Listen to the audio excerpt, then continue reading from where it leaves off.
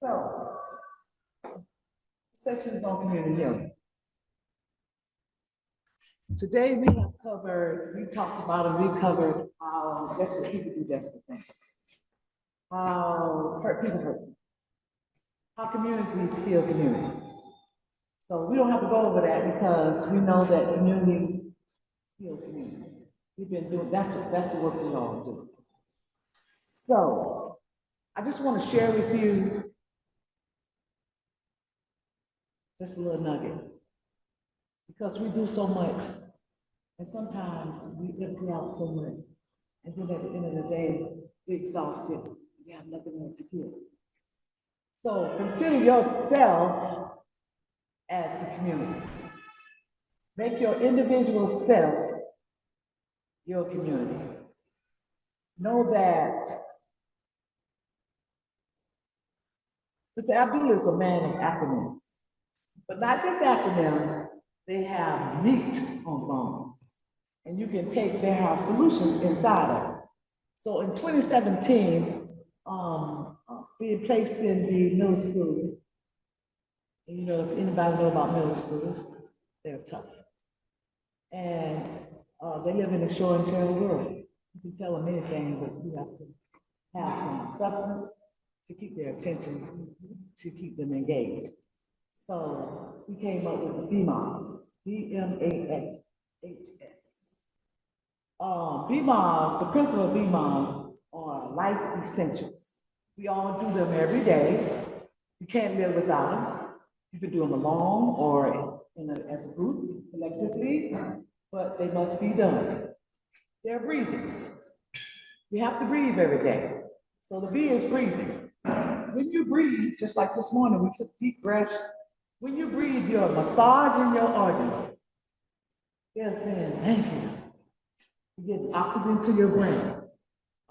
Sometimes I just have to wind down and go over BMAS just to relax. It's moving. When you're moving, your blood is circulating, always feeding oxygen, because you're moving. When you don't move, you get stuck, arthritis and everything is happening. So it is so important. That's why I say it is essential because we do it all the time, not thinking about it. Then the A, we had a triple A, affection, awareness, my brain going. Oh, so you got affection, awareness. Yes, you got breathing, movement, affection, awareness, and actualization. Gratitude. No, it's affection and look. You know the A's? The A's. We had triple A's. Affection, awareness, attitude. And attitude. Yes. Because affection releases dopamine.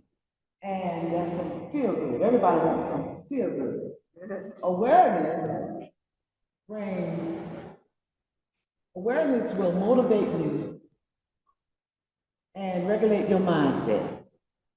So it's very important that you dig in and you be informed. If someone doesn't inform you, you research and inform yourself. You know, become aware of what's happening around you. Information is needed for yourself or someone else. That's something we do every day. H, hydration. We are what percentage of water? 75? I'll take that. So as we move in the course of our day, we have to rehydrate. That's why when you dehydrate, it attacks your nervous system, the central nervous system, breaks down your immune system. So you need water. When you have water, every organ in your body, even your brain, your eyes, your ears, everything needs water to function properly. Everything needs water to function properly. Not in the coffee. I used to think, okay, my coffee is just 99% water, but now you need water. Earth, H2O. We need water. So this is to influence you to drink water, see about yourself. S is sight and sound. To be mindful of what you see and what you listen to. How you see from your lens and how you accept what you hear from peers, or from the radio, from social media, all these things. Now, BMOS was designed for our middle schools, but it's for everyone. And that's just a little nugget. If you go to my website, hope218.org, on the programs, you'll see BMOS under the Health and Wellness Initiative. So in closing, my mom, who's 88, she would always say to some people, say. I never knew what she was saying. But then we have a friend that she would say every time she leaves, she would run to the car and say, don't forget to see about yourself. So I'm like, why didn't you tell me? She said, well, you should know. I'm telling you all your life. But I'm going to say to you, in all the work we are doing, see about yourself. That's very important. You know, people are dying every day and are sick every day because we don't see about ourselves. And just like the water, if we don't drink enough of that water, it will create other illnesses, which would lead to diseases, and some illnesses we can avoid just by drinking water, just by taking a time to a moment to breathe. How many of you have taken a moment out of a situation to take a deep breath, and it has changed the outcome, right? So we need to just see about ourselves and be kind to ourselves. And I'm just glad to be here. I'm blessed to be here to Bumpkin County's first annual Health and Racial Equity Summit. Thank you for having us. We look forward to the time together because for united we stand, divided we fall. And if our backs should ever be against the wall, we'll be together and I. So y'all are family to me. I love you, and I look forward to more engagement. Now y'all got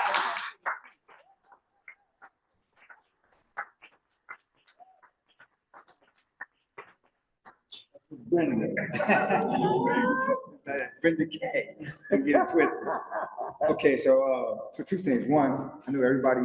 So first of all, thank you guys. Like your time, your energy, your presence has been amazing. And it is the first annual, but I think you guys never get a chance to name and brand it how you choose to do so. Right? We went racial health equity, you know what I'm saying, summit primarily because of the actual issues of 2020, whatnot, what was happening then. You get a chance to actually put your own brand on it. We just ask that you connect it to the actual ideal that convening and gathering is a recalibration. It's an opportunity to actually reconnect and rebuild. And it's something that's from the community, for the community, right, on behalf of the rest of our larger society. Understand that kind of thing. It's from the community, for the community, on behalf of the larger society. How many conventions, how many summits do we have going on that's being led by other organizations that's being funded, right, that doesn't necessarily, maybe somebody that's being employed by the community, are employed and they're from the community, but the organization itself may overall represents a variety of different type of professional interests, right? And they may bring community in, may bring community professionals in, but you're being welcomed into the space. We're inviting you to use this opportunity to create your own space, right, once a year, right, in partnership. The other thing is that, so you guys been here, thank you so much. You might want to run, so we let you go, because we let you go a little bit early. Some of y'all probably ready to die hard it out and stay here the whole time, right? But we actually freeing up a little bit early. There's food here, right? There has been food made available, some chicken, the same delicious fish, and some people was able to hustle hamburgers. Where they got the burger from? Like, I was like, where's that from? Like, I asked about it. So what you said you had was chicken, red beans and rice, green beans, cornbread, or something else? Yes. Macaroni and cheese. Macaroni and cheese, right? So that's available. right? So make sure, and he's actually here, I think about 2-3 minutes. Maybe about 2 or 3 minutes. 2 or 3 minutes or whatnot. So if you want to hang around, we're not asking you to hang out and eat together if you choose to, you can or whatnot. You can take it to go too, right? So that's another thing to think about, right? Grab some food, go home, you know what I'm saying? You'll grab an extra plate, and it's going to do so. And the last thing is that, so the way that the CFCR was able to make, here's what I'm saying. Oh, I was just gonna add that, Brother Rob and I, have something going on, and our community members actually come up now and ask for some of it. It's some 2x4. It's to our community, for our community, by us. To us, for us, by us. And I just wanted, you know? Yeah, the food before us by us. Yeah. So 2x4. So yeah, you know, sometimes you have to have something creative, you know, just be innovative to grab certain populations, bring them in. You know, because everybody want to come in. Some are looking around and trying to see how they can do it. But you find something to help bring them in, something crafty. That sounded a little slick to the first one that heard it. What's a 2x4? You know, and we just playing around with it, you know, but it caught on. To us, for us, by us. Just want to share that. Thank you. So the primary way that the Cape Fever team of CHWVPPs, everybody knows CHWVPP is different from CPRV, right? Yes. Sometimes I think we make it synonymous with one. CPRV is a comprehensive strategy, right? That CHWVPPs lead or can lead. But a CHWVPP can work anywhere, right? And can do anything as it relates to addressing structural and social health or preventing multiple forms of violence. So you could be a CHWVPP, have nothing to do with the direct implementation of CPRV, right? But the CHWVPP, no matter where you see one of your peers, you have to be able to recognize that they're a part of the CPRV network. That epistemology, right, that knowledge that they're using to help advance other organizations and help be able to advance other initiatives in the community is a part of what you're a part of. It's a part of you, right? And even if they don't recognize it as such, right, you want to be able to recognize them as such, right? You're building a kind of a community. Then you have CHWVPP advocates, right? These are individuals who also share what? Epistemology, knowledge, right? They may work in systems. They may be actual government officials. The current interim director of the Office of Violence Prevention is a CWVPP advocate, right? You can have a person that's a full-out politician, takes on the actual knowledge and understanding and the dedication to advancing community-based public health epistemology, right? Community-based public health ways of knowing. That's what epistemology means, right? So you're saying you're merging what it is that we know how to do naturally with scientific public health ways of thinking and ways of doing. And those two things together creates a synthesis where you have something new and innovative to offer the world. That's a unique thing you want to grab a hold of. But in any case, what I was trying to share is that coming from the Cape Fear region, one of the ways that we was able to make it down here was through this year for our summit was through the primary, probably the exclusive sponsorship of the organization Quality Life Blueprint. So here inside of the Buncombe region, the organization that took on the RFP for the initial implementation of CPRV is My Daddy Taught Me That. We're inside their house right now. But they're a network of other community-based organizations. So they're considered to be the convening organization currently right now. Can there be other convening organizations? Absolutely. There's somebody who'll get some more loot in the region and they start pushing, they're gonna be convening, right? But right now they secured those resources through Buncombe County, right? Buncombe County is kind of the facilitator for that, which I haven't heard a lot of gratitude and thank you yet. I think we're thinking about the community. But I want to give a super big shout out to Buncombe County government, you know what I'm saying, overall infrastructure, right? Specifically Justice Services Department, right? It's a whole Pacific region. Hannah, you've seen her voice represented today, but she's here today as a community member. We recognize her as such. She's also playing that role. She's a manager in that space, right? In that space, exactly. And she was responsible for getting the funding, right, and making this happen inside of that space. And then, you know, you see our brother Will, pure community member, right? But he's a county employee. Don't get it twisted, right? He's a county employee, and he represents the role the county is actually playing in helping to make this happen. That's needed. Okay, what y'all talking about? If y'all want to know about the Cape Fear region, know that we're unfunded and unsupported, right? We're making it happen with nothing, right? Because there's people that's in the same positions that Hannah's in, Will is in, other people that's hired in that makes a conscious decision not to want to support us. They can make the conscious decision to support us, but it's better to have someone supporting you in those positions than not, right? The difference is having 8 to 10 fully employed CHWs roaming. This one don't get paid, this one don't get paid, this one don't get paid. None of the CHWs came down with us get paid for doing what they do. Right? They have to figure it out on their own and still do what they do. So we want to thank Buncombe County. Let us thank Buncombe County.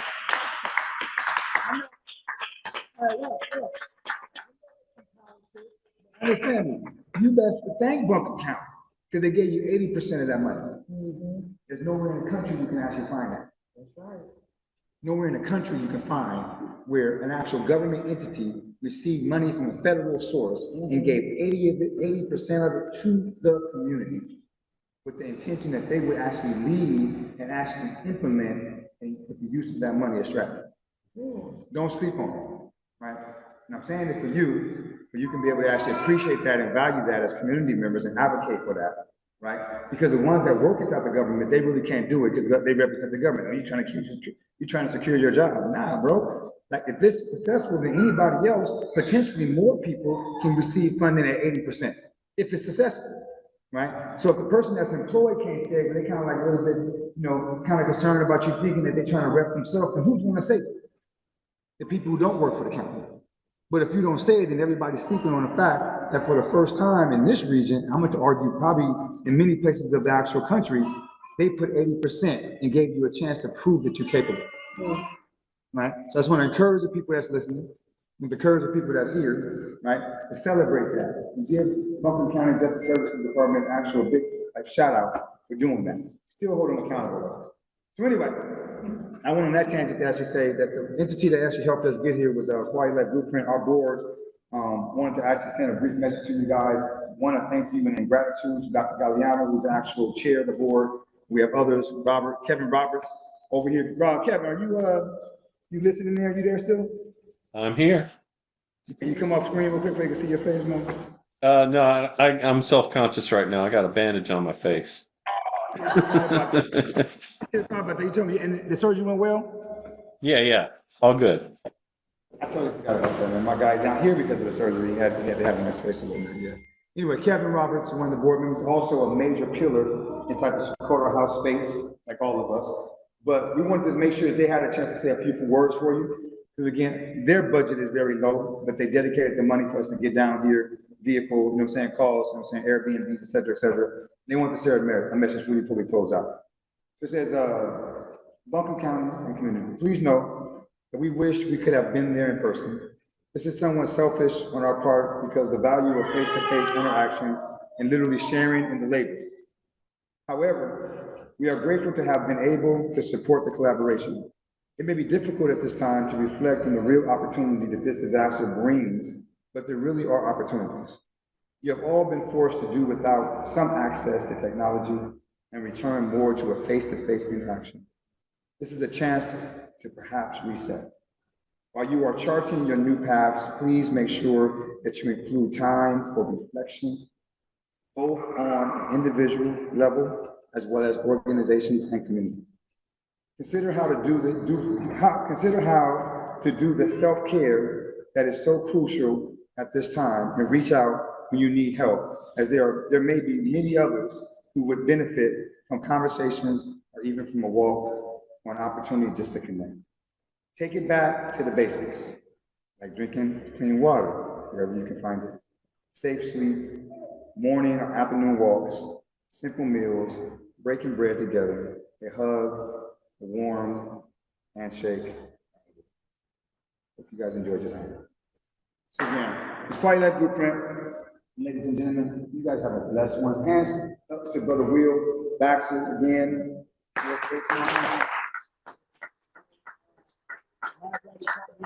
Give him a hand for the stage, please.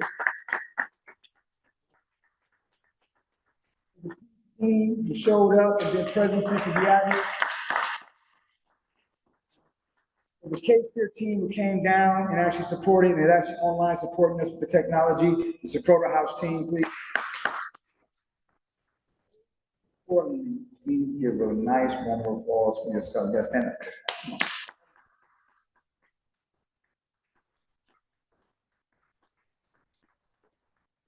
Yeah, oh, yeah, that's it. One other thing.